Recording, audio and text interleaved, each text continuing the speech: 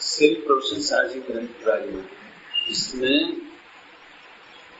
बहुत महिमा आती है। प्रवचन माने प्रकृष्ट वचन, दिव्य ध्वनि। प्रवचन माने दिव्य ध्वनि। जिनेन्द्र देव की ध्वनि क्या कमाल है, मतलब उसकी महिमा जो आती है तो क्या कहें, उसकी चर्चा अपन कर रहे हैं। अपन ज्यादा टाइम नहीं खोएंगे, उसमें विस्तार आ जाते हैं जल्दी से, क्योंकि समय कम है। उसकी चर्चा बहुत है। देखो, विश्व में ऐसी वार्ता कहीं नहीं है, ऐसी चर्चा कहीं नहीं। हम आपको, आप देखना गौर से तो आपको बहुत महिमा आएगी। सत की चर्चा अपन कर रहे थे। सत, उसमें 3 भेद किए, द्रव्य सत, गुण सत और पर्याय सत।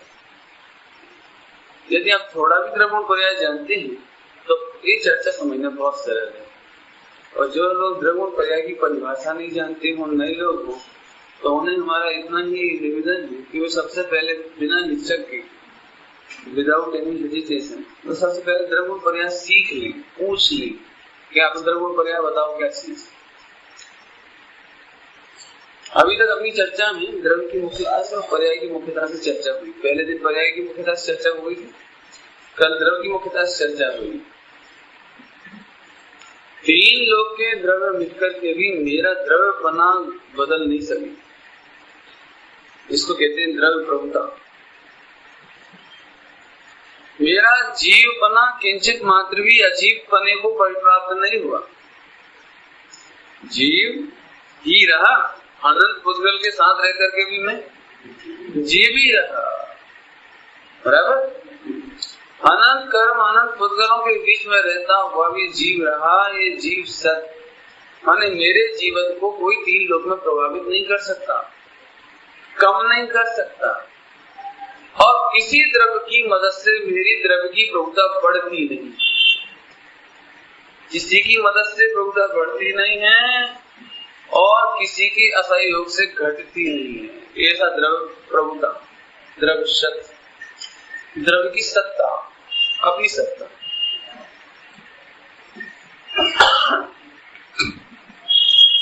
अब आइए अपन गुण सत्ता की चर्चा करते हैं। बहुत सारी प्रॉब्लम्स इस समय पूरे हिंदुस्तान में है, अनादि से। कोई नई है ऐसी बात नहीं समझना, ये अनादि का एक प्रॉब्लम है।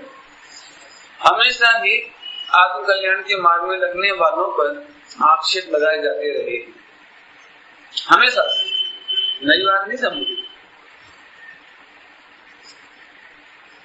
और गैर तो गैर, लेकिन अपने वाले लगाए तो तकलीफ तो होती थोड़ी सी। आप मेरे पर आक्षेप करो कि भाई साहब आपका आचरण तो क्रियाकांड है स्थान में, तो मुझे बड़ी तकलीफ हो रही है। उसका जवाब है इसमें। गुण सत्य में इसका जवाब है। कैसे? पहले तो मैं आक्षेप ही बताऊंगा। इतना जानते हैं और करते धरते कुछ है नहीं। सुना है कभी आपने ऐसा आक्षेप सुना है? बस चर्चा करते हैं और चर्या में तो कुछ लाते नहीं। हम तो जब जाने जब कुछ हो जाए। समझ गया ना सर? एक क्वेश्चन आप लोगों का, देखो आम पब्लिक का नहीं है, अपने वालों का कहा है। मैंने गैरों का नहीं कहा, अपने वालों का। देखो आपका भी एक प्रश्न हो सकता है, समझ लीजिए कि मैं इतनी चर्चा करता हूँ तो पंडित जी का इतना शोषण है तो पक्के सम्यक दृष्टि होंगे सम्यक दृष्टि पक्के में। बोलो शंका है कुछ? इतनी अच्छी चर्चा है, इतनी अच्छी स्वाध्याय है, इतनी अच्छा चिंतन है। बोलो भैया विद्यार्थी, हम सम्यक दृष्टि होंगे कि नहीं होंगे? होगे बोलो पक्के में। तो ये और नहीं हो तो मेरा सीधा सीधा प्रश्न है, ज्ञान से श्रद्धा का निर्णय करना, ज्ञान से चारित्र का निर्णय करना, अथवा श्रद्धा से चारित्र का निर्णय करना, यह करने वाला जीव गुण सत्य को नहीं जानता। क्या कह रहे? देह के आधार से आत्मा का निर्णय करने वाला द्रव्य सत्य को नहीं जानता। जब ये 28 गुण पाल रहे हैं, बिल्कुल निर्दोष जीवन है, देखो तो सही, देखो तो बिल्कुल, तो पक्के में जी भावलिंगी होंगे। ऐसा मानने वाले ने द्रव्य शब्द नहीं माना, जो पुद्गल द्रव्य के आधार से जीव द्रव्य का निर्णय करता है। अब 3-4 दिन की चर्चा के बाद एक बात आपको याद होनी चाहिए कि व्यवहार तो ऐसे ही करेगा, व्यवहार तो ऐसे ही करेगा। जनवाणी में 99% व्यवहार तो ऐसे ही बोलेगा। अब बोलो कितनी बड़ी जिम्मेदारी अपनी, 99% व्यवहार जनवाणी में ऐसा लिखा है, कहा ऐसे जाता है, सुना ऐसे जाता है, और मानेंगे तो खतरा है। मानेंगे तो आपने गुण सत नहीं माना। समझ में आ रही की बात नहीं? बस बोलो, ये शरीर का आचरण देखकर आत्मा का निर्णय करना, तो पुद्गल के आधार से द्रव्य का निर्णय, जीव द्रव्य का निर्णय करना ऐसी बात हुई, तो पुद्गल की सत्ता न्यारी है और जीव द्रव्य की सत्ता न्यारी है। आप वचनों के आधार से किसी आदमी के व्यक्तित्व का निर्णय करते हैं क्या? अब देखो लोग व्यवहार में तो कहते हैं हाँ करते हैं, सुना जो करते हैं सो ठगे जाते हैं। रेलगाड़ी में एक व्यक्ति सूटेड बूटेड आया, बढ़िया ब्रीफ केस लेके आया और बहुत अच्छी भाषा बोलता है, इंग्लिश में, हिंदी में, और बिल्कुल, और आप जैसी भाषा बोल रहा है, बिल्कुल शुद्ध आत्मा की चर्चा करने लगा। अब आपने उसका भरोसा कर लिया और करोड़ों रुपए ठग के चलता बना, लाखों रुपए ठग के चलता बना। लोग रेल में नहीं जाता है, नहीं, गांव वाले शहर वालों को ठग लेते। पहले तो वो उस व्यापारी के आसपास ऐसी खबर पहुंचाती कि हमारे घर में गड्ढा खोदो, वहां में निकलो हाड़ा। अब ऐसी 2-4 बातें हुई थोड़ी, सेठ जी सोना बेचना है बताओ, और नंबर 2 का है, समझ लो, बता तो सकते नहीं, गड्ढे में से निकला है बता तो सकते नहीं। ऐसी बातें कर आके सही में तो 4 आदमियों ने कंफर्म कर दिया, हाँ अब मीठी बातें दे दाके, और उसने एक कसने को भी दे दिया, और कसने के बाद उसने 6 लाख का एडवांस दे दिया, अपने आदमी पहुंचा दिए, मंगवा लिया, क्योंकि गांव से आना है, ऐसा मामला तो खतरा है, सब आपकी गाड़ी पहुंचा दो और आदमी पहुंचा दो, और एक ईट जजवा दी 10 टन पे, तो ठगेगा कि नहीं ठगेगा? चमकने वाली हर वस्तु हीरा नहीं होती, अच्छी दिखने वाली सदाकत अच्छे ही नहीं होती। पॉइंट समझने जरा, पुद्गल के आधार से जीव का निर्णय करने वाले जगह चाहिए। इसका मतलब जो व्यक्ति सब भावलिंगी है, वे द्रव्यलिंगी है, वे कोई गलत है, ये मैं नहीं कह रहा। निर्णय करने का हमारे पास और कोई आधार भी नहीं है, चरणानियों का व्यवहार वहीं से चलता है, इसलिए हमें कोई दिक्कत नहीं है। ध्यान रखना, ये दिक्कत हमें अन्य के मामले में नहीं है कि ये मुझे 28 गुण पा रहे हैं तो अंदर गलत होंगे ही ना, सही हो सकते, लेकिन पुद्गल के आधार से जीव नहीं है। अभी जब मैं और सरल करूं, थोड़ा इसको और सरल करूं, जैसे नए लड़के होते हैं ना, नए भाई, और उन्हें ब्रह्मचर्य का भाव हो, तो हमसे पूछते हैं कि ब्रह्मचर्य में कठिनाई क्या है? ये कपड़ा तो हम भी पहनते नहीं, ब्रह्मचर्य में कोई कठिनाई है?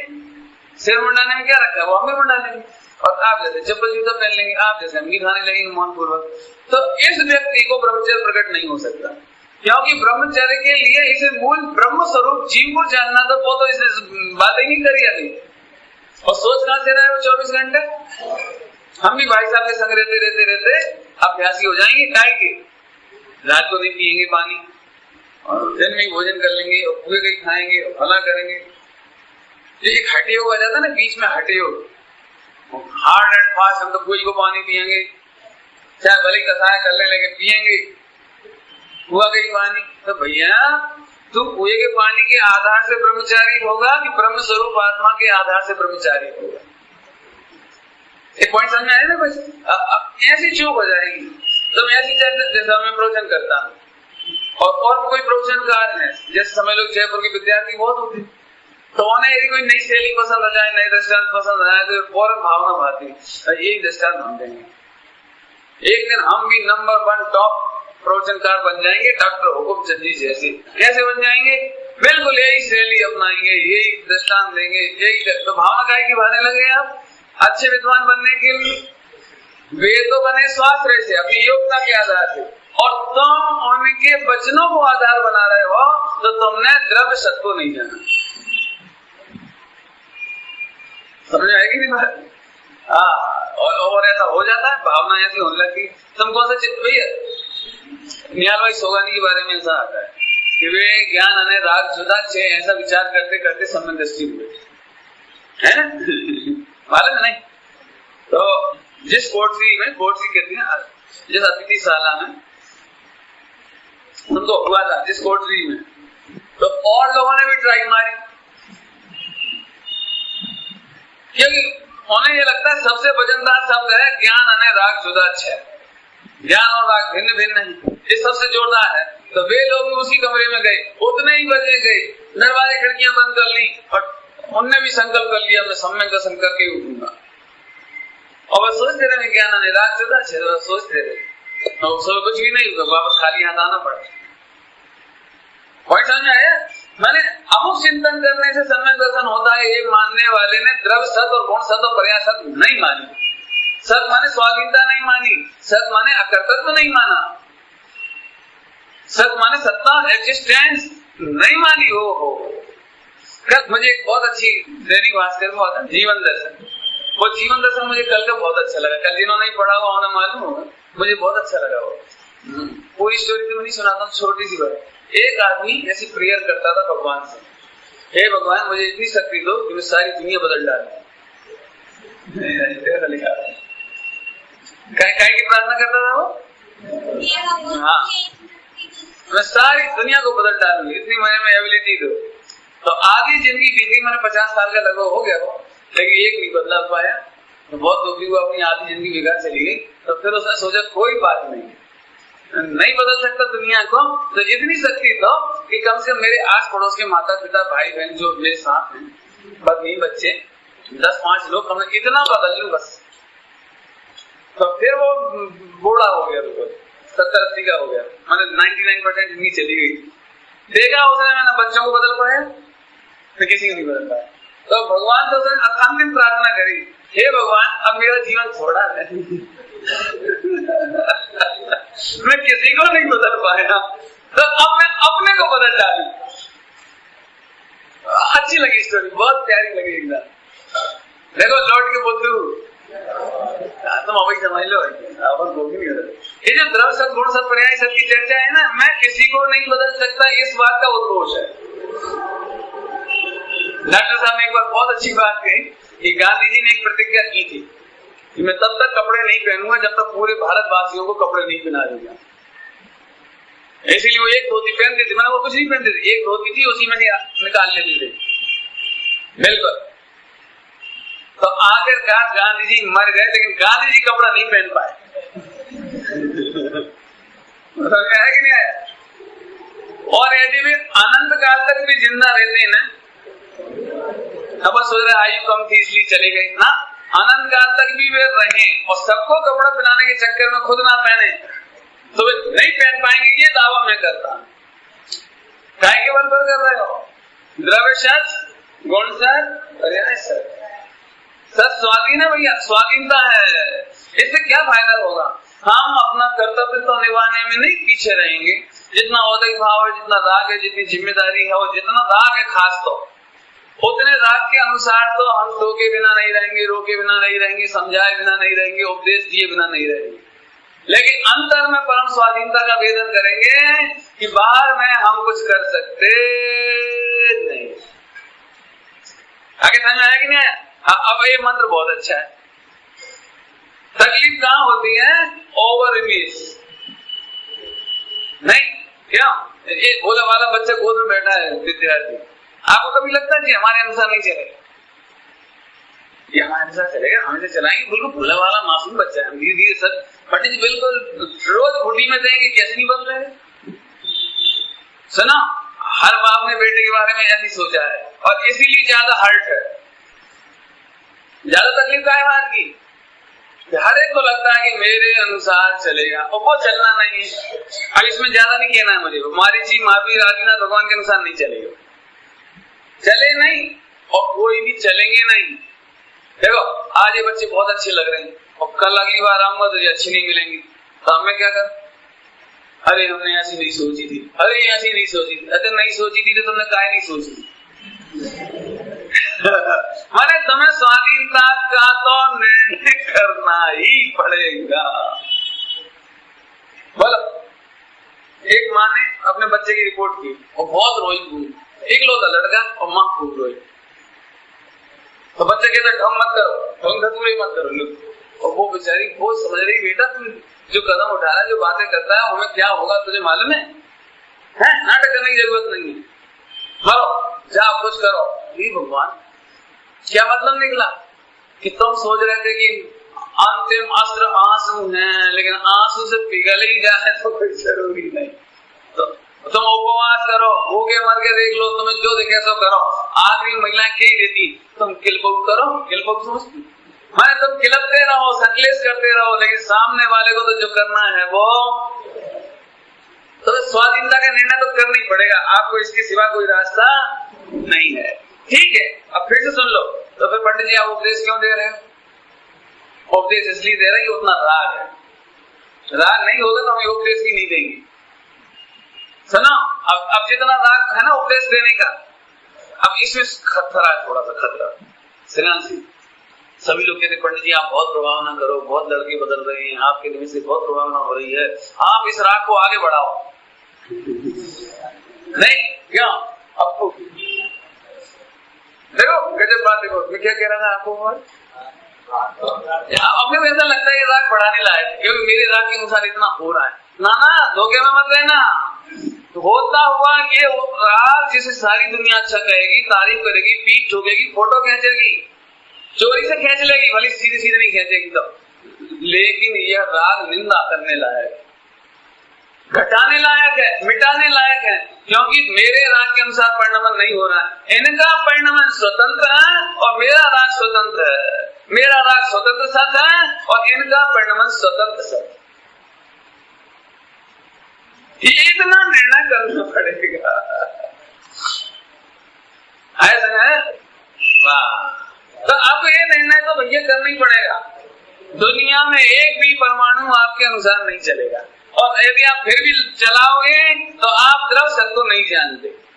अब ये एक थोड़ी सी कमजोरी वाली बात है कि जितना जितना राग है उतना उतना व्यापार अभी भी विरोध ही दिखेगा।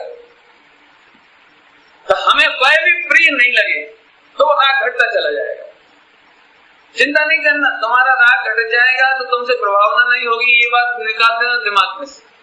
जितना जितना राग घटेगा उतना तीव्र प्रभावना होगी, और जिस समय पूरा राग घट जाएगा तो केवली होने से अपन क्या सोचते, नहीं पंडित अभी तुम थोड़ा वैराग मत बढ़ाओ, अभी थोड़ा आप निवृत्ति मत ले, प्रवचन तो अभी आप करते रहो ना।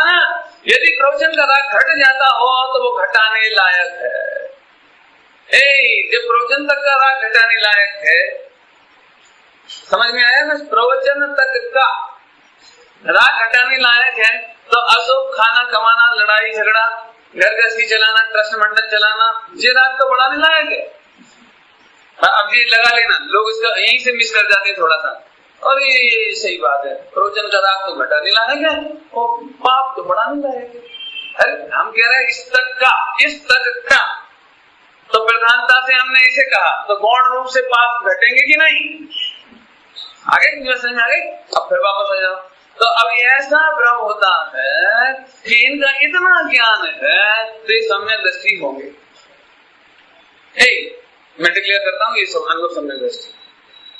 अब सब इसको हैरान कर डालेंगे, तो फिर आत्मा की पर्याय कैसी होती है, विज्ञान की पर्याय कैसी होती है, फिर अंतर्मुख परिणति कैसी होती है, फिर पर्याय व्यय होकर कहाँ विलीन हो जाती है।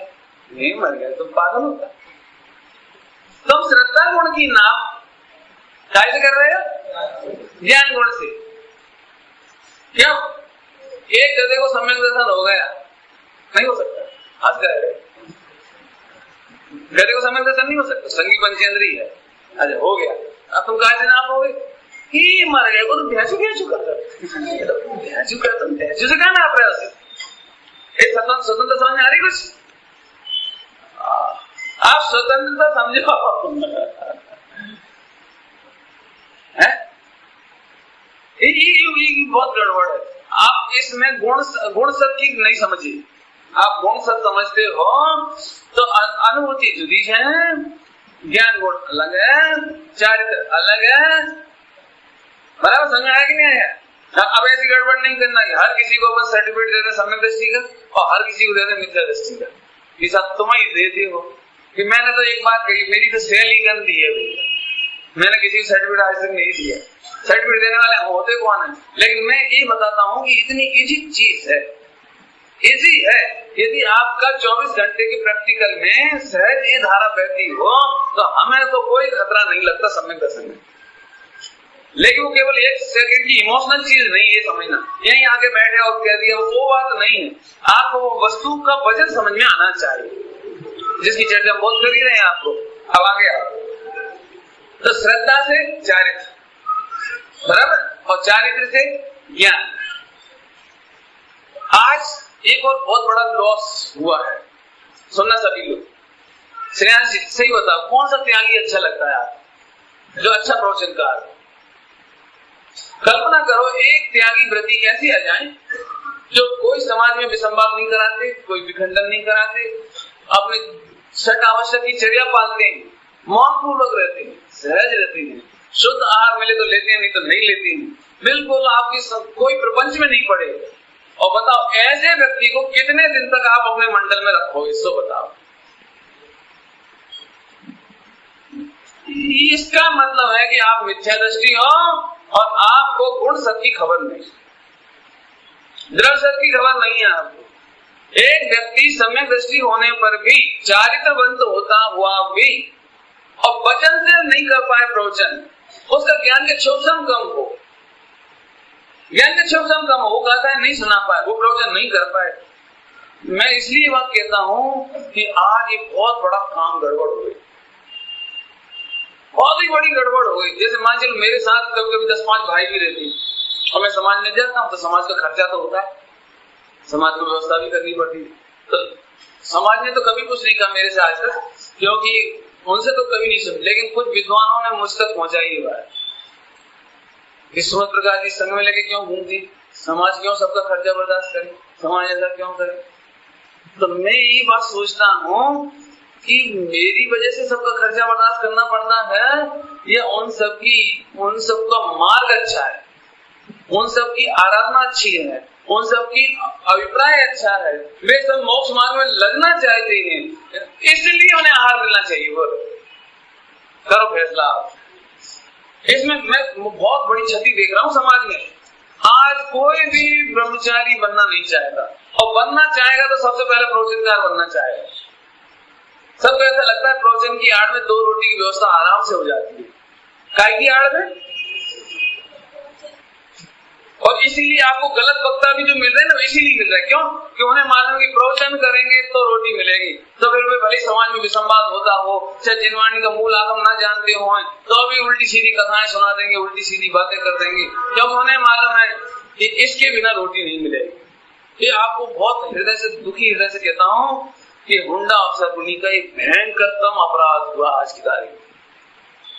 आपके हृदय में कह रहा हूँ, आपके हृदय में व्रती त्यागियों के प्रति बड़ा आदर होना चाहिए। वो प्रवचन करे कि नहीं करे, यदि आप प्रवचन से वैल्यू ना पाएंगे तो आप बहुत बड़ा अपराध कर रहे हैं।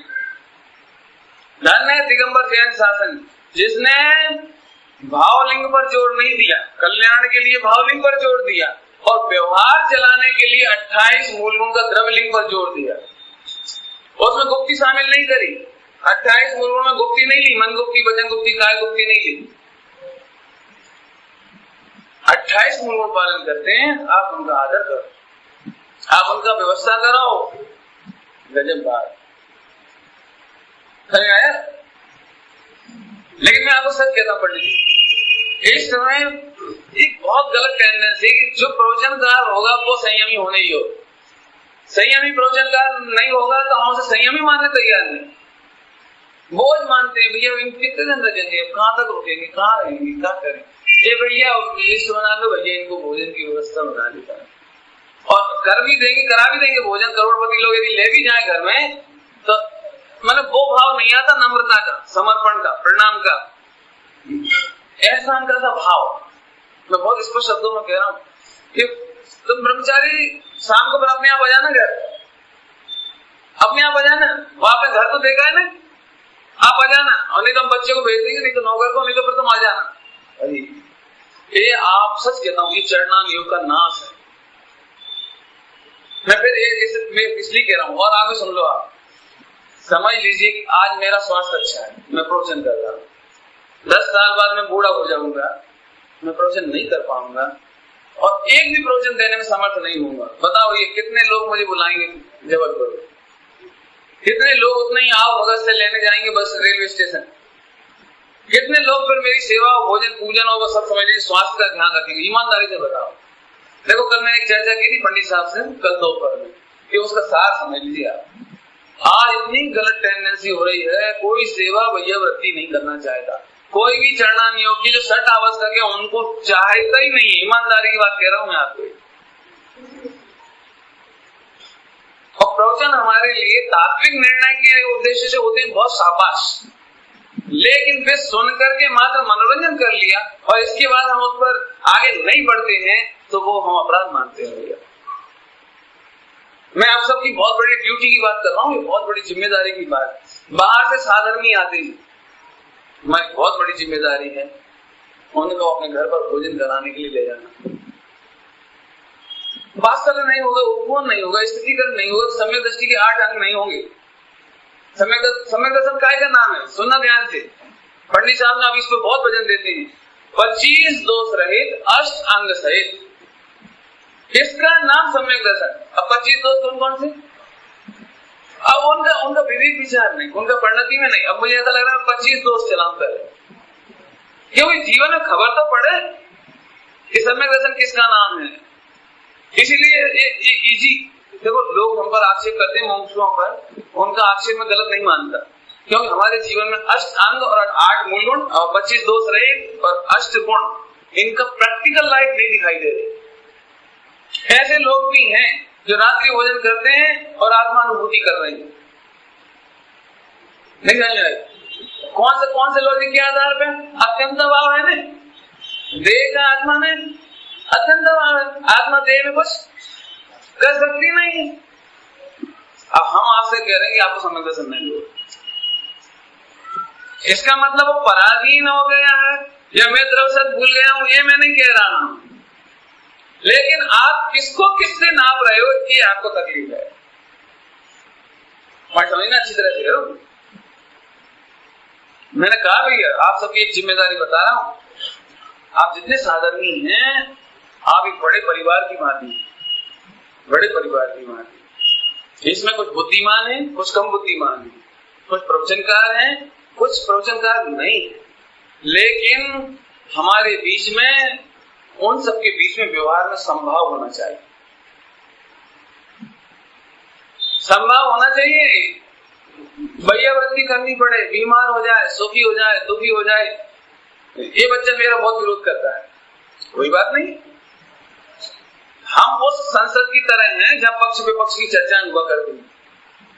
ये हमारे आत्मा के विरोधी नहीं, हमारे बोलचाल के विरोधी हो सकते हैं, हमारे लॉजिक के विरोधी हो सकते हैं, हमारी सोचने की टोन और बोलने की टोन के विरोधी हो सकते हैं, हम आत्मा के विरोधी नहीं। अब इतना उदार था, अब जरूरत पड़ जाए तो इन्होंने पूरी जिंदगी हमारा विरोध किया और हम जब इन्हें जरूरत पड़ी तो इनकी सेवा करने पहुंच गए, इन्हें व्यापार का स्थितिकरण करने पहुंच गए और जब जरूरत पड़ी तो बिल्कुल दिन रात एक करके इनके पास बैठे रहे। इसका नाम है सम्यक दृष्टि के 8 अंग। समझ आया? कहां से भंग हो रहा है? मैं ईमानदारी से कहता हूं, बोलो कल कौन बुलाएगा मुझे जब मैं बीमार होऊंगा, कौन सेवा करेगा? बोलो। अब ठीक है, आप 2-4 दिन को जरा बड़ा पड़े है ना, वे तो कहीं बढ़िया, चिंता नहीं कर। हाँ, हालांकि आज इमोशनली कह सकते हो, प्रैक्टिकली तो कठिन है, लेकिन फिर भी हम मानते हैं कि तुम कहोगे, लेकिन तुम भी तो पराधीन हो ना। तुम्हारी पत्नी रेडी हो जरूरी है, तुम्हारे बच्चे रेडी हो जरूरी है, तुम्हारे पड़ोसी रहने जब जरूरी है, इतनी बड़ी समाज में व्यवस्था बने तभी तो कोई बात है ना। तो वो वाली बात आप समझना कि आप संयम को, श्रद्धा, ज्ञान, चारित्र को भिन्न भिन्न गुण समझो और एक दूसरे से नापने की कोशिश नहीं करो। मैं तो एक बहुत अच्छी बात कर रही, छोटे छोटे बच्चों से मुझे प्यार क्यों आता है इन बच्चों का, कि विश्व के महाभाग्यशाली जीव हैं। जैन कुल में जन्मने मात्र से, भले वो स्वाध्याय भवन में आए कि नहीं आए, लेकिन जैन कुल में जन्मा है, वीतरागी देवशास्त्र रूप आए हैं, तो अनंत जीव राशियों में से छठे हुए बहुत पवित्र जीव हैं। एक दिन भी मंदिर नहीं आता उस जैनी से भी प्रेम करने लाए, क्योंकि वो जैन कुल में जन्मा। उसे टर्निंग ही तो मिलनी है, टर्निंग ही तो मिलनी है, जाने कब जाग जाए। आप उसे बहुत प्रेम से मिलो, वात्सल्य से मिलो, जरूरत पड़ जाए उसको व्यापार का स्थिरीकरण करो, उसके दोष हो जाए तो उपवन करो, गले लगाओ, कोई दिक्कत नहीं है। और कब पलट जाए कुछ कह नहीं सकते। आज हमारे आपस के व्यवहार केवल जरा सी बात, मुझे तो क्या कहने, मेरी बातें आपको बहुत कठिन लग रही होंगी। जब सगे भाइयों में तनाव इतना हो जाए कि बोलने तैयार नहीं हो, तो इतने बड़े समाज में बोलने की तो कहना ही माने कठिन है। लेकिन फिर भी सही मार्ग तो हम बताएंगे, क्यों भैया? सही मार्ग तो हम बताए बिना नहीं रहेंगे। मार्ग तो ये है, आपको अपनाना पड़ेगा। यदि आपको सुखी होना है, सम्यक दृष्टि ज्ञानी चारित्रवान होना है, तो आपको ये बात अपनानी पड़ेगी। आपको हम तो क्या, आप तो कह रहे दिगंबर जैनों में 2 टुकड़ा, हम तो कह रहे दिगंबर जैन में 2 टुकड़ा नहीं, पूरे नॉन जैन्स को भी अपना के चलना पड़ेगा। और अपनाते हो, बस जिनसे प्रयोजन सकता है उन्हें अपना लेते। बोलो, मंत्री को नहीं अपना लेते, विधायक को नहीं अपना लेते, उनके अपराधों की चर्चा करते ही भूल गए। और एक पार्षद, यदि उससे भी अपने मोहल्ले का पार्षद हो तो बना के चलते हो कि मिटा के चलते हो? अब मुसलमान हो, हिंदू हो, सिख हो, कोई हो ना एग्जाम्पल, बोलो बनाते कि नहीं बनाते? स्कूल में टीचर के हाथ में नंबर है तुम्हारे, क्या करते हो फिर? वो नंबर 1 का भ्रष्ट है तो भी हाय हाय नहीं करते, क्यों? कि प्रैक्टिकल के नंबर तो कहीं ना कहीं तो आप चलते हैं ना, जहाँ प्रयोजन सत्ता है वहां आप संभाल के चलते कि नहीं? ऐसे ही जैन समाज और नॉन जैन, हम तो सबके साथ कह रहे हैं, सबको भगवान समझो। और कम से इनको तो जैन कुल में जन्म होने तो माँ भाग्यशाली जन्म होती। ठीक है, पैसा कम हो सकता है, गरीब हो सकती है, बीमार हो सकता है, ज्ञान कम हो सकता है, लेकिन माँ इतना आदर रख के चलोगे आप। बात तो कहीं चल रही थी, आज संस्कृति नष्ट हो रही है। मेरा तो एक विचार बहुत है भैया, अब हालांकि थोड़ा डाइवर्ट हो रहा है, थोड़ा सा डाइवर्ट, कोशिश करेंगे जल्दी वापस आ जाएंगे। आप कभी बंबई जाओ, बॉम्बे में श्वेतांबरों ने इतनी चिंता की अपने समाज की। देखो फिर रोज भगवान आत्मा की बात नहीं करते, रोज तो क्या कभी मुश्किलें भाग गए, लेकिन उन लोगों में एक बात है कि रात्रि भोजन से बचाने का उन्होंने उपाय किया। जब उन्होंने देखा कि बॉम्बे जैसे महानगर में लोग 25-25 किलोमीटर जाते हैं, तो रात्रि भोजन छुड़वाना कठिन काम, तो उन्होंने पूरे बॉम्बे में कम से 20 से 25, 30, 50 चौबिहार हाउस बना दिए। अष्टमी चतुर्दशी वहां पर अनशन है, अष्टमी चतुर्दशी वहां हरी नहीं बनती, 12 मासी 10 लाक्षणी में अष्टांग अंग जो कार्यक्रम प्रोग्राम है उनमें कभी हरी नहीं बनती। उबला हुआ पानी और ठंडा पानी पीने की व्यवस्था, प्राशुक जल, अपनी भाषा में कहें तो भोजन बिल्कुल वही, सब मसाले पीसना, आटा पीसना, सब काम होना, भोजन बनना। ये समझ लीजिए पूरा काम पूरे बॉम्बे में हो रहा है। आज हमारे यहाँ भी एक डिस्ट्रिक्ट प्लेस है, तीर्थ क्षेत्र भी है। बताओ, अभी लोग व्यापार के लिए आते हैं, पढ़ाई के लिए आते हैं, कॉम्पिटिशन एग्जाम देने के लिए आते होंगे, और कितने व्यापारी ऐसे जिनके घर अब 10-10, 5-5 किलोमीटर दूर होंगे, नौकरी वाले होंगे, नौकरी वाले जिन्हें 5-5, 10-10, 20-20 किलोमीटर जाना पड़ता है, अब रात्रि भोजन कर रहे हैं। अब अपन ऊपर से उपदेश देते हैं रात्रि भोजन मत करो, लेकिन एटमॉस्फेयर कैसा ये बताइए आप। एटमॉस्फेयर तो रात्रि भोजन के प्रिजर्व करने वाला है, प्रोटेक्ट करने वाला है। तो हमारा एक बहुत बड़ा दायित्व है, सामाजिक जिम्मेदारी है कि अपनी संस्कृति बचाने के लिए रात्रि भोजन त्याग वाली, और इन बच्चों में वो रात्रि भोजन त्याग के संस्कार डालने के लिए हमारी जिम्मेदारी है कि हम अपने क्षेत्र में ऐसे भोजनशाला विकास करें। हाँ, अनाउंस करें कि आज के बाद कोई रात्रि भोजन नहीं करे, और जिन्हें भी भोजन करना हो 5 बजे उन्हें हम टिफिन पहुंचाएंगे। टिफिन सेंटर चालू करा हुआ, और आपको कुछ नहीं करना, आपको कुछ नहीं करना। स्कीम इतनी अच्छी है कि आपको कुछ नहीं करना, बस इतना ध्यान देना है शुरुआत के 1 महीने में कि जो विडो हो, गरीब हो, बेरोजगार हो, जैन हो, नॉन जैन हो, ऐसे लोगों को ये देख लो कि उनके पास एक कमरे की व्यवस्था है क्या?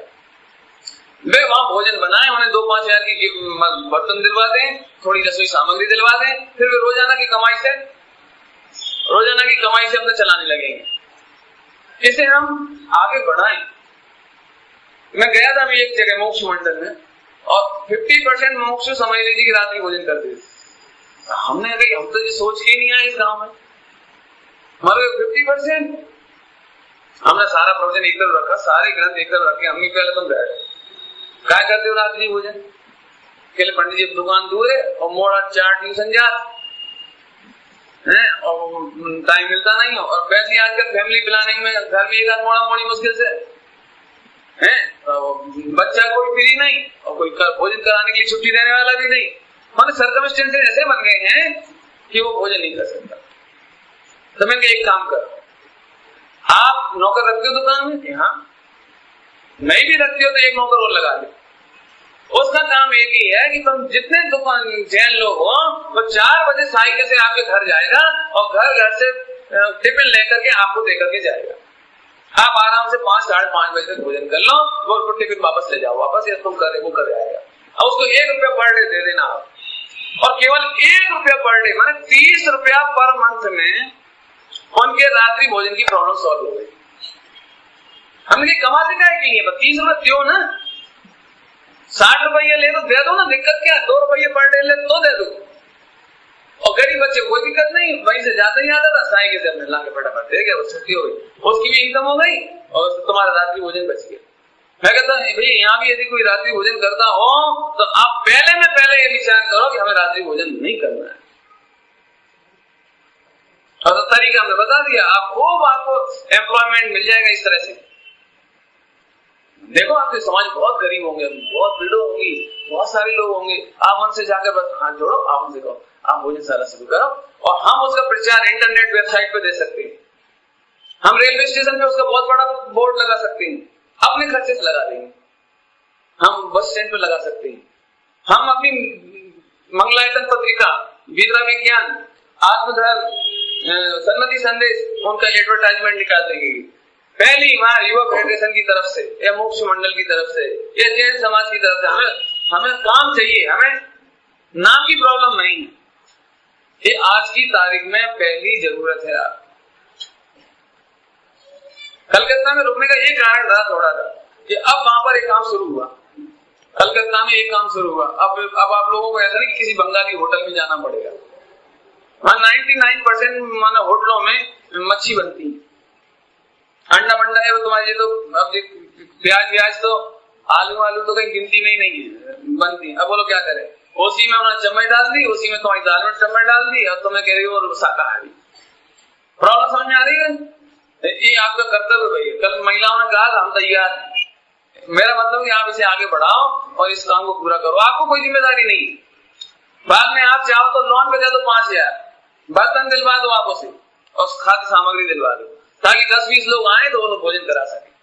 और ये कोई टिफिन सेंटर चला सकता है तो उसके यहाँ टिफिन तैयार मिले, और ज्यादा हो तो एक आध बार आपको 1 आध महीने मेहनत करनी पड़ेगी, और कुछ महिलाओं की समिति बना दो जो आस पास देख रेख करें कि पानी बराबर चलता है कि नहीं, समझा दें, सिखा दें थोड़ी बहुत।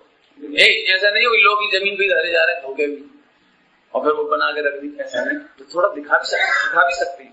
मैंने 1 महीने नजर रखेंगे तो आपके जैन समाज और रात्रि भोजन की त्याग की संस्कृति बचाने में आपका बहुत बड़ा योगदान होगा। इसको हम कहते हैं उपवन, इसको कहते हैं स्थिति करें। ऐसे बच्चों की पढ़ाई के संबंध में मेरी चिंताएं बहुत है। मैंने कल भैया से, संजय जी से मैंने कल बहुत चर्चा की। मैंने हम अपने बच्चों को इस तरह से पढ़ाएं कि ये तरीका हमें डेवलप करना है, तो वो मेरी चिंता है। क्यों कि आज अच्छी पढ़ाई के नाम पर हमारे बच्चे कॉन्वेंट जा रहे हैं, और जितने जहां जैन समाज ने पूरे हिंदुस्तान में स्कूल खोले वो फेल हो गए। वहां 5% बच्चे भी जैन नहीं आते, पूरे इंडिया में 5% बच्चे भी जैन स्कूल में नहीं आते, क्योंकि पैसे वाले हैं अपन, तो कॉन्वेंट में भेज देते हैं और अपना स्ट्रक्चर खराब करके रख दिया हमने। गवर्नमेंट एड ले ली और टीचर परमानेंट हो गए, अब तो कुछ नहीं कह सकते उनसे, चाहे पढ़ाए और चाहे नहीं पढ़ाए, चाहे ट्यूशन करें, चाहे परीक्षा में नंबर बढ़ाए। इतना बुरा हालत है जैन समाज के स्कूलों की हम बता नहीं सकते। आप तो ऐड लेना खतरनाक हो गया। और प्राइवेट रखो तो अपना कमांड रखने के लिए आपको सब्जेक्ट अच्छे करने पड़ेंगे, कमांड अच्छा करना पड़ेगा। 5वीं तक बच्चे को पूरी ग्रामर हिंदी इंग्लिश सिखानी पड़ेगी। मैंने कल इनसे बहुत विस्तार से चर्चा की, अभी आपको इसमें नहीं बता रहा हूं ज्यादा, लेकिन मैं चाहता हूं कि जैन समाज यदि अगला कोई इन्वेस्टमेंट करे तो अच्छा स्कूल खोलने में करे, बिल्कुल कॉन्वेंट पैटर्न में, लेकिन संस्कृति हमारी होगी, उसमें शिक्षा हमारी होगी, सील की मर्यादा हमारी होगी। हमारे स्कूल में अभी बहुत कोशिश कर रहे हैं हम लोग, बहुत कोशिश, और मुझे सबसे बड़ी कमी ये लगती है कि हमारे पास पर्याप्त हैंड नहीं है। यदि हैंड हो तो हम टॉप स्कूल चला के दिखा सकते। हैंड का मतलब है कि मैं चाहता हूँ सील की मर्यादा, तो अभी तक लोग गाली नहीं दे सकता, कोई पूछना वो बच्चे से कहां हो, गाली नहीं दे सकते आप, पहली शर्त है हमारी। कहीं कोई गंदा लिख नहीं सकते आप, और लिखते नहीं बच्चे, लिखते नहीं बच्चे। लड़कियों से कॉपी नहीं ले सकते, लड़के लड़कियों से कॉपी नहीं ले सकते, लड़कियां लड़कों से कॉपी नहीं ले सकती लिखने पढ़ने के लिए, होमवर्क के लिए। आपस में कोई टॉकिंग नहीं, संग घूम नहीं सकते वो, मैंने सील की मर्यादा है। 3 बार भाई दूज आती, 3 बार होली, दिवाली, रक्षाबंधन, लड़कियां टीका करेंगी लड़कों का, सारी लड़कियां, और लड़के सारे पैर पड़ेंगे, ताकि हमारी मर्यादाएं सुरक्षित रहें। तो ये अपने स्कूल में तो अपन एडॉप्ट करा सकते हैं, दूसरे कैसे कराएंगे बताइए। अब इन जो लड़के 24 घंटे टीवी देखेंगे तो इनका तो मन वही करेगा, सब दिख रहा है इनको, और जो नहीं करेंगे वो दीन हो जाएंगे, और जो कर रहे हैं वो एक दूसरे को चिढ़ाएंगे, अरे बस तो लल्लू है यार। ये लल्लू के चक्कर में सब लल्ला बन जाते हैं, माने हीरो बन जाते हैं, और फिर अपना बच्चा अपराध करता है तो अपन समाज को दोष देते हैं। जिस दिन कोई घटना घट जाती है उस दिन हम फिर उंगलियां उठाते हैं। मेरा मतलब है आपको एक बदलते वातावरण में आपको एस्टिमेट करना पड़ेगा, इमेज करनी पड़ेगी, आपको सोचना पड़ेगा कि अब हम किस टेक्निक से अपने बच्चों को बचाएं। आज इस घर का मामला है, कल इस घर का हो जाएगा, फिर इस घर का हो जाएगा, फिर इस घर का हो जाएगा, फिर इस घर का हो जाएगा, केस 19-20 होंगे। लेकिन अच्छी बात नहीं है, हम चाहते हैं इस मामले पर सतर्क रहे। देखो कहां से उठी थी बात, जैन शासन की संस्कृति का जो संयम था उसकी रक्षा करने से लगे यहां तक हमने इतनी बात उठाई। आप मेरे पास तो बहुत अच्छी स्टाइल है, आप लोग बहुत कंप्यूटर वगैरह पढ़ रहे हैं आजकल, इंटरनेट पढ़ते हैं, मेरे पास बहुत अच्छी स्टाइल है। देखो नया जमाना पंडित जी पेपर लेस हो रहा है, कागज रहित। अभी जिनवाणी वैसे छपेगी नहीं, थोड़े साल बाद जिनवाणी नहीं छपेगी, पेपर लेस हो जाएंगे अपन। तो अपन एक काम करो ना, एक काम नहीं कर सकते अपन कि अब हम अपने बच्चों को याद करने के लिए एक यंत्र लगा दो, या छोटा सा कंप्यूटर से ऑपरेट कर दो कि भैया आपको केवल 6 डाला की 2 पंक्तियां याद करना है, और उसका एसएमएस दिन भर तुम्हारे मोबाइल पर आता रहेगा। जब आप बस में जा रहे हो, ट्रेन में जा रहे हो, फ्री हो, 2 मिनट फ्री हो, 5 मिनट फ्री हो, एसएमएस खोलो, ज्ञान समान न आन जगत में सुख को कारण, यह परमामृत जन्म जरा मृत रोग निवारण। शुरू हो गया, अब दिन भर में 10 बार सुनेगा, विचार भी करेगा। तो अब आपको इस तरह पढ़ाना पड़ेगा, आपको एसएमएस से पढ़ाना पढ़ेगा। वो फ्री में जा रहे हैं आजकल एसएमएस, और कुछ सिस्टम ही इतना अच्छा, वो फ्री में जाते हैं एसएमएस। रोजाना बटन नहीं दबाना है आपको, बस कुछ नहीं करना, बस टाइप कर दो, बटन दबा दो, लोड कर दो, उसमें बस प्रोग्राम चलता रहेगा। मैंने आपको धर्म पढ़ाना हो, पूरी स्कीम है मेरे पास, चिंता नहीं करना, मैं पूरी स्कीम समझाऊंगा। 8 साल 10 साल तक के बच्चे यदि 15 साल तक के बच्चे यदि मोबाइल रखते तो उनका मैसेज अलग, 20 साल तक के बच्चों का मैसेज अलग, 25 साल तक का अलग, और 50 साल वालों का अलग, और जो वो अपन उनका क्लासिफिकेशन करो और उनके लिए अलग अलग मोबाइल हो, एसएमएस डालो। इसके लिए आपको 5000 रुपए महीना भी खर्च करना पड़े तो ऑपरेटर रख लो, तो आप धर्म का प्रचार प्रसार और संस्कृति का प्रचार प्रसार कर पाएंगे। धन्य मुनि दशा नाम की वो चला लो एक, तो 1 महीने तक वो धन्य मुनि दशा में 28 मूल गुण का परिचय कराएंगे, चलने दो, कोई दिक्कत नहीं।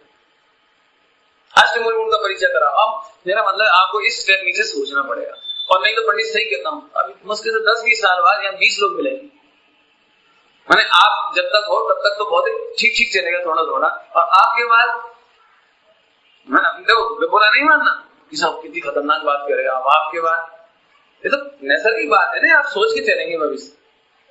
तो हमारा करोड़ों का इन्वेस्टमेंट यदि इसमें होता है तो थोड़ा सा इन्वेस्टमेंट का बजट अब इसमें भी बनाना पड़ेगा कि यदि एक साल में 1 लाख रुपया खर्च हो और हम हजारों लाखों लोगों को एसएमएस करके पढ़ा सकते हो तो आपको पढ़ाना पड़ेगा। हम चाहते हैं बच्चे एक दूसरे से के दोस्त बने, अच्छे बच्चे सीमेंट के मत रहो, आप लोग रिजर्व के मत रहो। अब आपके हाथ में है डोर, आप हर लड़के जब भी मिले जैन समाज के छठ हाथ मिलाइए और एक बात पूछिए, कैसे हैं आप, फ्रेंडली बढ़ाइए, उसका नंबर ले लीजिए। कोई हो, रेल में मिले, बस में मिले, कार में मिले, कहीं मिले, आप उससे बातचीत करिए, भैया आप मंदिर जाते हैं, यही मंदिर जाएगा, और कोई प्रॉब्लम हो तो हमें बताइए, आपकी बिजनेस, आपकी पढ़ाई, आपकी स्कॉलरशिप, आपका फला हम सॉल्व करेंगे, आप चिंता नहीं करिए। तो आप जाने कितने लोगों को जोड़ पाएंगे। और जिनका सत्य व्यसन का जीवन हो, गलत जीवन हो, उन्हें बार बार एसएमएस करके या फोन करके उनसे बातचीत करो, देखो बेटा गलत रास्ता नहीं अपना। अभी तुमको जो मजा आ रहा है ना, बाद में आपके मम्मी पापा परेशान होंगे, समाज परेशान होगी, आप परेशान होगी। प्लीज आप ये कदम मत उठाइए, हम आपकी मदद करने तैयार है, मैंने हर एंगल से आप समझाइए। अभी हम ये देखते हैं कि आग लगी नहीं है, अभी तो धुआं ही उठ रहा है, आग थोड़ी लगी। लेकिन भाई साहब समझदार भी होते हैं, जब धुआं उठने से पहले समझ जाओ। बहुत सारे बच्चियों के केसेस हम पूरे देश में सुनते तो हमें बड़ी तकलीफ होती है। और आप ये नहीं सोचेंगे तो ये अपराध का दोष आपका है, बच्चों को नहीं देंगे हम ये दोष, हम उस समाज को ये दोष देंगे जो अपने कल्चर को बचा नहीं पाई, अपनी संस्कृति अपने बच्चों को दे नहीं पाई, ट्रांसफर नहीं कर पाई, ये अपराध आपका है। आप बच्चे को तो अपन दोष देते हैं, लेकिन सच्चे बात तो समाज का दोष है। हमारी पाठशालाओं की मर्यादाएं, उठना बैठना, खाना पीना, चलना फिरना, ये सब बात बिल्कुल इस बात में नजर रहनी चाहिए। मैंने वहां कहा कलकत्ता में कि 2 फेडरेशन बनाओ, लड़कियों की अलग, लड़कों की अलग, और लड़कियों के पास लड़कों के कोई फोन नंबर नहीं होने चाहिए, लड़कियों के पास भी लड़कों के नहीं, लड़कों के पास लड़कियों के नहीं। फिर किसी भी प्रकार का प्रोग्राम, चाहे एसएमएस हो, चाहे वो चैट हो, चाहे तुम्हारी इंटरनेट हो, या धार्मिक कार्यक्रम हो, चाहे प्रश्न मंच हो, आपस में नहीं होंगे तो कहना यहाँ से कैसे चलेगा। मैंने कहा ये नहीं चले तो नहीं चले, लेकिन चलाना यहाँ से चाहिए। बाद में समस्याएं आई, हम नहीं चाहते ऐसी बात, हम नहीं चाहते कि आज पूज्य कौन कौन स्वामी का ये मार्ग, भगवंत महावीर स्वामी का मार्ग ये बदनाम हो, मोक्ष मंडल बदनाम हो, गुरुदेव बदनाम हो, ये हम नहीं चाहेंगे। द्रव्य सत्य, गुण सत्य, आप मैं तो हमेशा जो चर्चा पढ़ता हूँ कोई भी सिद्धांत, तो मेरे पास तो उसका एनालिसिस प्रैक्टिकल बहुत करता हूँ, मैंने स्पष्ट कह रहा हूँ, मैं चाहता हूँ आप भी उसका एनालिसिस करो अच्छे से। तो गुण से समझ में आया, बाहर के शरीर के आचरण से आत्मा का नहीं मानना, और इसका ज्ञान हो गया है तो इसे चारित्र होना ही चाहिए। नहीं, जब इतनी ज्ञान की बातें करते हो तो चारित्र भी होना चाहिए कि नहीं होना चाहिए? क्या चारित्र होना चाहिए कि नहीं? जब जाने कैसे करके देखा तो हम आपको फिर कह रहे ज्ञान जुदा है और चारित्र जुदा है। ज्ञान बहुत होने पर भी चारित्र हो जाए जरूरी नहीं है, और ज्ञान नहीं होए तो भी चारित्र यथार्थ हो सकता है। क्या कह रहे? ज्ञान माने शोभसम ना हो तो भी चारित्र यथार्थ हो सकता है। इसलिए जिनके पास शोभसम कम है वे बिल्कुल दीन नहीं हुए। आप मैं भगवान आत्मा हूँ, ज्ञायक हूँ, आप लगे रहो बिल्कुल, और चारित्र प्रकट हो जाएगा, चिंता नहीं करो। आप सबको पंडित बनेंगे तो ही सम्यक दृष्टि होंगे ऐसा नहीं है। प्रवचन करने की ताकत नहीं हो, चर्चा वार्ता की ताकत नहीं हो, ताकत माने शोभसम कोई नहीं। आप श्रद्धा रखो, विश्वास रखो, हम दीन लोग के सर्वोत्त कष्ट, इतना विश्वास रखो, आपका काम हो जाएगा। समझ में आया कुछ? जब भी किसी को सम्यक दर्शन की बात आती है तो प्राय ऐसे सोचते हैं बस अब हम भी धीरे धीरे शिविर में जाएंगे, पढ़ेंगे, लिखेंगे, सीखेंगे और इन जैसे बन जाएंगे। शाबाश, अच्छी बात। सत्संग में आने के भाव को हम बुरा नहीं कहेंगे, लेकिन सत्संग के अधीन श्रद्धा है, शिवसम के अधीन श्रद्धा है, हम इसका निषेध करते हैं। क्यों? लॉजिक, प्रिंसिपल, गुण सत माने एक गुण दूसरे गुण के अधीन नहीं है। आया पॉइंट समझ में आया? अब देखो, पकड़ो थोड़ी सी बात, पकड़ना है श्रेयांशी, पकड़ना। अपन शिवसम की धमाल के बल पर श्रद्धा करना चाहते हैं। क्या कह रहे? समझ तो मैं ऐसे बैठे, और शिवसम की ताकत होगी तो बढ़िया बढ़िया चिंतन चलेगा, मेमोरी जो फीड किया हुआ है वो सब सामने आएगा, और खूब 47 शक्ति, द्रगुण पर्याय, अनंत सुगुण, अनंत शक्ति, बहुत विचार चलेंगे, बहुत लॉजिक चलेंगे, और समझ लो कि पूरा प्रवचन सुना था वो पूरा घूम जाएगा। तो आपको ऐसा लगेगा कि हमारा पुरुषार्थ तीव्र हो गया। और हम कह रहे हैं कि ये तो शिवसम की धमाल है भाई साहब, इससे श्रद्धा का क्या संबंध है? आप गुण सत्य समझते हैं? सुनो, अब दूसरे दिन बैठे और चिंतन चाहे करके नहीं आया, विचार चाहे के नहीं आए, खींच के नहीं आए। अब बोलो आप डिप्रेस हो गए कि नहीं हो गए? बोलो। आप सुनो, आपने को इतना ही सीखना है, ज्ञान गुण का सत अलग और श्रद्धा का सत अलग। ज्ञान में धमाल खूब शुद्धात्मा का चिंतन चले तो मैं पूरा हूं, और पूरा नहीं चल पाए तो भी मैं मजा करो। आपके सरल हुआ कठिन हुआ, आनंद करो, नहीं आनंद करो। क्या भाई आज तुमने चिंतन क्या किया कि हमें मालूम नहीं, कुछ हुआ तो था लेकिन याद नहीं, अच्छा कि बुरा, अब तो सब चलता रहता लेकिन हम उसको बहुत ध्यान नहीं देते। क्यों? सच्ची बात बताएं, सभी लोग इतने हैरान हैं श्रद्धा करने के लिए, ज्ञान की धमाल में बहुत तकलीफ। किसी दिन तो चिंतन बहुत चलता, किसी दिन नहीं चलता, बहुत परेशान हो गया। कौन सा समझ आया? सरल है मार्ग, सरल, बिल्कुल सरल। अभी जितने लोग बैठे सब समय दर्शन कर ले, इतना सरल। क्योंकि क्षोभन बढ़ाने के लिए तो बहुत टाइम चाहिए। आप 5 साल पंडित बनने जाओ पहले, फिर पढ़ लिख के आओ, और फिर कोई गारंटी है कि तो 5 साल बाद जैसे जैसे वहां से आए तो शादी की लग गई, सब शादियों में लगाए, कमावे में लगाएंगे, वो तुम्हारे त्रिकोण पर्याय में लगाएंगे, 4 रोटी के ठिकाने मिलाने के चक्कर में बस उसी में उपयोग लग जाता है पूरा दिन। इसलिए हम तो ये कह रहे हैं, आज अभी जितने बैठे हो पहले सब समझो भैया, ज्ञान गुण, श्रद्धा गुण, चारित्र गुण विस्तार से समझना हो तो आप पढ़ लो, निमित्त उपादान की चिट्ठी पढ़ो, बनना सीधा सीधी। सबसे पहले शुरुआत में लिख दिया असहाय, स्वाधीन, सदाकाल, इतिहास में आ गई। अब एक थोड़ा सा मार्मिक पॉइंट और देखो, थोड़ा सा हालांकि चर्चा हो गई फिर भी कह रहे, ओहो कितना सुंदर है द्रव्य विश्व में, जिसे किसी की मदद की जरूरत नहीं। कई बार अनंत बार हमने आत्मा इसलिए खोया, अपना आत्मज्ञान इसलिए खोया कि हम इस तत्व को मुख्य नहीं करते और मददगार बनना चाहते हैं, प्रभावना करना चाहते हैं, जगत का भला करना चाहते हैं। वो कहानी सुनाई थी, सुनो, आप चक्कर छोड़ दे। यदि आपको निमित्त बनना ही होगा तो वैसे विकल्प ऑटोमेटिक आ जाएंगे, लेकिन तुम ये संकल्प मत करो, ये भावना, ये अभिप्राय में मत पुष्ट करो कि मेरी बोली में वो दम है, मेरे ज्ञान में वो दम है, मैं जाऊं तो बहुत प्रभाव ना कर दूं। इस चक्कर में नहीं पड़ा। अनंत बार खो चुके, मैं कह रहा हूं अनंत बार खो चुके हैं। देखो कहां तो मैं कह रहा हूं कि टिफिन सेंटर खोलो,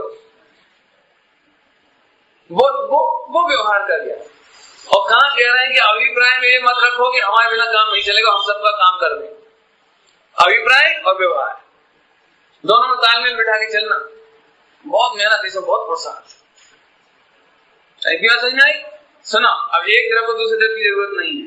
पंडित जी यदि ज्ञान अच्छा हो जाए तो चारित्र हो जाए तो क्या दिक्कत है? क्या दिक्कत है? कि सुनो, ज्ञान स्वयं अपना कार्य करने में समर्थ है, उसे किसी की मदद नहीं चाहिए अन्य गुणों की, और चारित्र गुण को ज्ञान गुण की मदद की जरूरत नहीं है। चारित्र गुण कोई अपाहिज नहीं है, हैंडीकैप्ड नहीं है, डिसेबल्ड नहीं है। वो चारित्र गुण अपना काम करने में समर्थ है। सब ज्ञान तो इतना है, ज्ञान तो इतना आगे दृष्टांत, इंद्र को द्वादशांग का ज्ञान है। कितना ज्ञान है? द्वादशांग। और चारित्र 14 गुण स्थान है, 14 गुण स्थान। तो ज्ञान ज्यादा होने से चारित्र में क्या फर्क पड़ा बता? और एक सिर्फ होती, ज्ञान तो बहुत कम था और चारित्र पूरा था, और केवल ज्ञान ले लिया। समझ में? डिप्रेस नहीं होना, इसलिए समझ आई बात भैया? भैया देखो, अभी पर्याय सब की चर्चा वैसे कर ली है, लेकिन अभी अपन उसको नहीं करेंगे, गुण सब की चर्चा कर रहे हैं। देखो ज्ञान, देखो सभी लोगों को ऐसा लगता होगा जी पंडित जी तो मायाचारी की बातें सिखा रहे हैं, ज्ञान हो तो चारित्र मत करो, मजे में रहो, ये नहीं सिखा रहे हैं हम। ध्यान रखना, क्यों स्वच्छता पे तो मैं चोट करता ही रोजाना, एक भी प्रोजन मेरे ऐसा नहीं जब चोट नहीं करते, उससे तो आप परेशान हो जाते हो ना। लेकिन मैं बताता हूँ, सुनो, देखो ज्ञान होने पर भी चारित्र हो ये जरूरी नहीं है। इसके दृष्टांत 2-4 दे जल्दी जल्दी। डॉक्टरों को पूरा ज्ञान है बॉडी का, कि तंबाकू खाने से क्या होगा, कैंसर हो सकता है, श्वास नली खराब हो सकती है, फेफड़े खराब हो सकती है, संभालन नहीं। इतना डॉक्टरों को ज्ञान होने पर भी उन्हें भी पुड़िया खाने की तलब होती है, उन्हें भी तंबाकू खाने की तलब होती है, उन्हें भी सिगरेट पीने का भाव आता है और पीती। देखो आगे ना प्रैक्टिकल ज्ञान होने पर भी चारित्र कोई जरूरी नहीं है। और अब कितने ही लोग ऐसे हैं, कितने मुसलमान ऐसे सिगरेट नहीं छूते, कितने गांव के अनपढ़ लोग हैं लेकिन नहीं जानते कुछ, तो अभी लहसुन प्याज नहीं खाते। देखो रामदेव को आत्मा परमात्मा से कोई मतलब नहीं, रामदेव का नाम सुना, लेकिन वो रामदेव इतना स्पष्ट प्रचार कर रहा है कि प्याज मत खाओ, आलू मत खाओ। पता है, पढ़ा है हमने, रामदेव को पढ़ा है हमने। रामदेव आलू और प्याज का बहुत निषेध करता है। उसने खुद नहीं खाता आलू प्याज और उसका निषेध कर रहा है। एक प्रश्न भी कल आया था, उसी के संदर्भ में बता देता हूं आपको कि आलू प्याज खाएं इसमें क्या, और आत्मा के अनंत गुणों को जाने इसमें क्या है ना। प्रश्न है, दो प्रश्न है, आप समझ लेना भैया। अब वो आत्मा परमात्मा नहीं जानता, अनंत जीव राशि नहीं जानता, कि आलू प्याज में अनंत जीव राशि वो नहीं जानता, तो भी उसका निषेध करता, खुद नहीं खाता। एडोल्फ जस्ट है एक ईसाई, एडोल्फ जस्ट, उसने जिंदगी में आलू नहीं खाए। उसने एक बुक लिखी, Return to Nature, Return to Nature एक बुक लिखी है। उसने उसमें कम से कम 10 जगह आलू, बैंगन, प्याज 10 जगह उसका निषेध किया है, 10 जगह। उसने कितनी चीजों का निषेध किया है कि मैं लिस्ट सुनाऊंगा तो टाइम लग जाएगा आपको, बहुत लंबी लिस्ट है। माने वो तुम्हारी मैदा खाने का निषेध करता है, तुम्हारे ये सब ये बाजार की टॉफी खाने का, बिस्किट खाने का मना करता है। वो खुद 150-200 साल पुराना राइटर है। मैं उसको दूसरी तरह से समझाता हूँ। वे लोग इसलिए कहते हैं कि वे उसे तामसिक भोजन मानते हैं। तामसिक समझते हैं, जो बुद्धि को कम करे, अंधकार पैदा करे, समझ कम करे।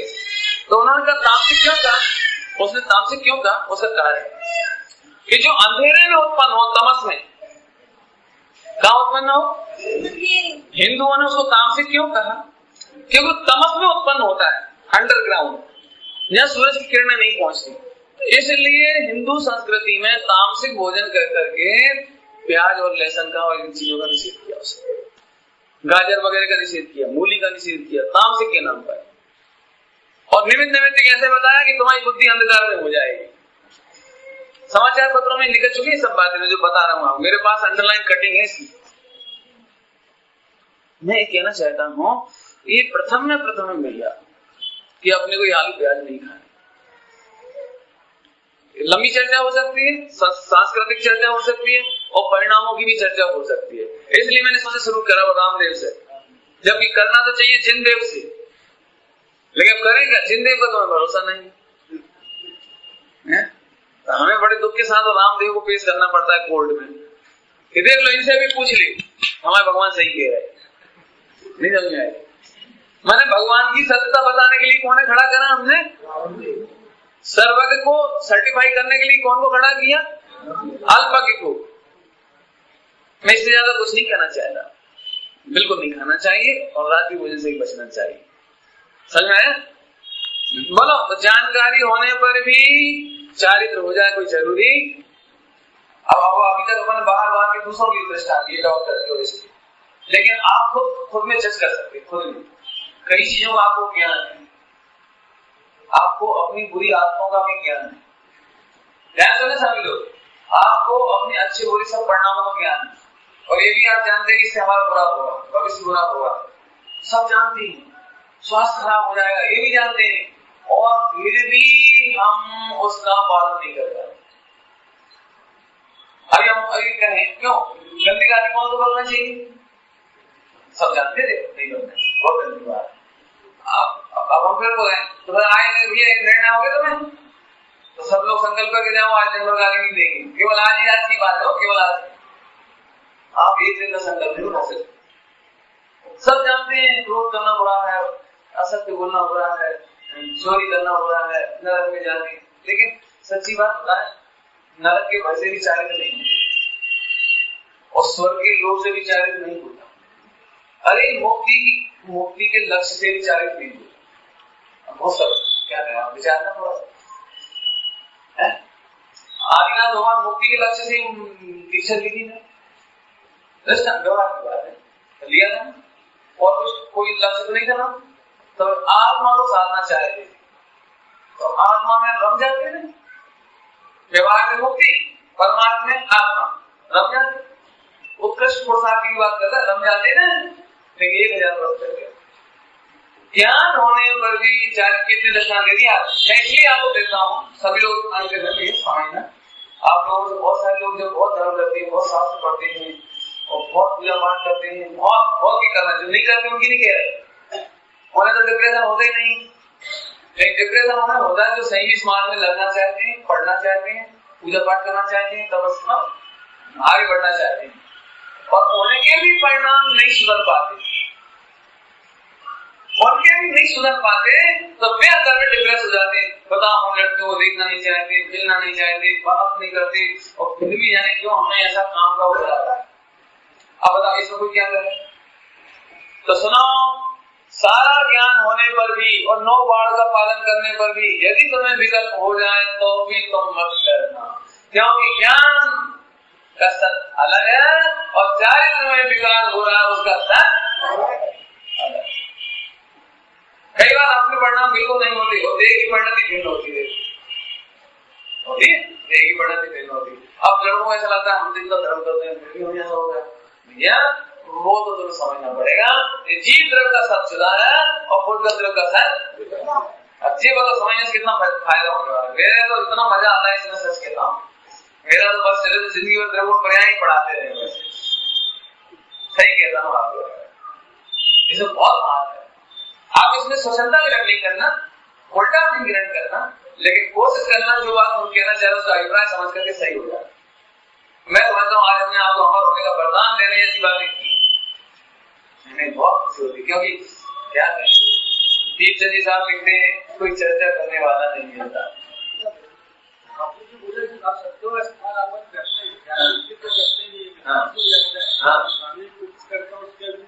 वेरी गुड, बहुत सुंदर। आपने बोला या तो अपनी कोशिश को बहुत सुंदर है, बहुत सुंदर, अब आपने बोला कि जानकारी बहुत सुंदर प्रश्न है, बहुत सुंदर। आपने भी बोला कि जानकारी होने पर भी हाँ, तो अब इसमें दोष किसका है? मेरा दोष तो नहीं मानूंगा मैं, बहुत शाबाश, बिल्कुल दोष नहीं मानूं। अब ये भी बात है, अब व्यवहार की तरफ आ जाओ, ये निश्चय हो गया अपना कोई दोष नहीं, देह का परिणाम हो गया, वचन का परिणाम हो गया, अंदर के परिणाम का भी हो गया, तो अपन निर्दोष है, बिल्कुल करेक्ट।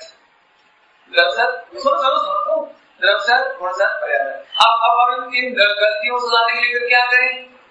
आखिर गालियों को स्टॉप करने के लिए क्या करें? स्टॉप लगाने के लिए देह की गलत परिणति नहीं हो उसको करने के लिए क्या करें?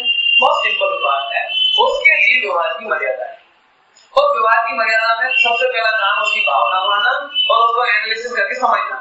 समझ सच्ची होने पर और बार-बार भावना भाने पर कर्मों का अपकर्षण आदि होती है। हाँ, कर्मों के अपकर्षण आदि होते हैं तो फिर वैसे वैसे विकार होते चले जाते हैं। ये जो हम इतनी चर्चा कर रहे हैं बार-बार, ये किसी को सुखी दुखी करने के लिए नहीं करते, हम चाहते इतने लोग मिलकर एक साथ भावना भाए, जैसे समाज के लिए भावना भाए। हमें बताया कि बच्चों की घटना हो जाती है तो बच्चों का दोष नहीं है, तो कोई बच्चों को हम सेरस नहीं कर रहे, और आप सबको ये कह रहे हैं कि आप वातावरण सुधारिए ताकि इन बच्चों के परिणाम ही विरुद्ध ना हो। हर प्रोजेक्ट में, हर कक्षा में जब जहां मिले, घर में रोटी खाते खाते बच्चों को ज्ञान दिया जाए। आप बदलते समय का ध्यान देंगे तो ये ध्यान देना माने ये आकर्षण का तरीका। आप अपने परिणाम पर ध्यान देंगे और त्रिकाली न्याय का निर्णय करेंगे तो आपको अपकर्षण आदि का फायदा होगा।